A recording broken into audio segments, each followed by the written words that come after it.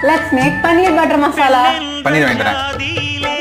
தேவையான அளவுக்கு நெய் போட்டுக்கோங்க. நெய் போட்டதுக்கு அப்புறம் வெட்டி வச்சிருக்கிற பன்னீர் கியூப்ஸ் அதுக்குள்ள சேர்த்து கோல்டன் ப்ரௌன் கலராக ஃப்ரை பண்ணி எடுத்து வச்சுக்கோங்க. இப்போ அதே பேனில் தேவையான அளவு எண்ணெய் விட்டு சீரகம் சேர்த்துக்கோங்க. சீரகம் சேர்த்துட்டு ஒரு 6 பல் பூண்டு சேர்த்துக்கோங்க.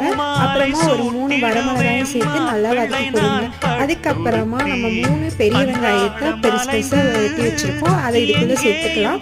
வெங்காயம் வதங்கின உடனே தக்காளி சேர்த்து நல்லா வதக்கி விடுங்க. தக்காளி வதங்குறதுக்கும் இந்த டிஷ்ஷுக்கு தேவையான அளவு உப்பு சேர்த்துக்கோங்க.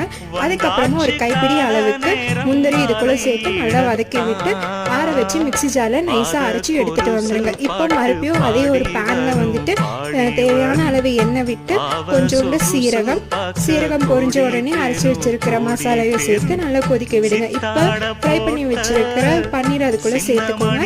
லாஸ்ட்டாக ஒரு ஸ்லைஸ் சீஸ் சேர்த்து இறக்குனீங்கன்னா பன்னீர் ரெடி.